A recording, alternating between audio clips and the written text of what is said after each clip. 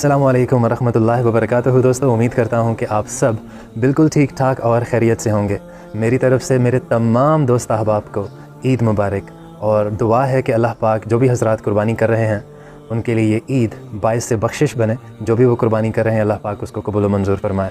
اور بس گزارش یہی ہے کہ جو لوگ قربانی کر رہے ہیں کوشش کریں کہ زیادہ سے زیادہ گوشت کا حصہ جو ہے وہ غریب اور مساکین تک پہنچے، کیونکہ وہ سارا سال انتظار میں ہوتے ہیں کہ عید الاضحیٰ پر انہیں شاید گوشت کھانے کو ملے۔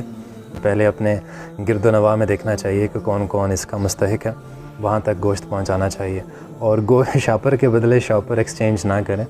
ان احباب کو تھوڑا سا آپ مس کرائیں جنہوں نے قربانی کی ہے، کیونکہ ان کے گھر میں بہت وافر مقدار میں گوشت ہوگا، لیکن ہمارے ہاں ٹرینڈ یہی ہے کہ جنہوں نے قربانی کی ہوتی ہے انہی کے گھر میں ہم دوبارہ سے گوشت بھیج رہے ہوتے ہیں، جس کا کوئی فائدہ ہے نہیں۔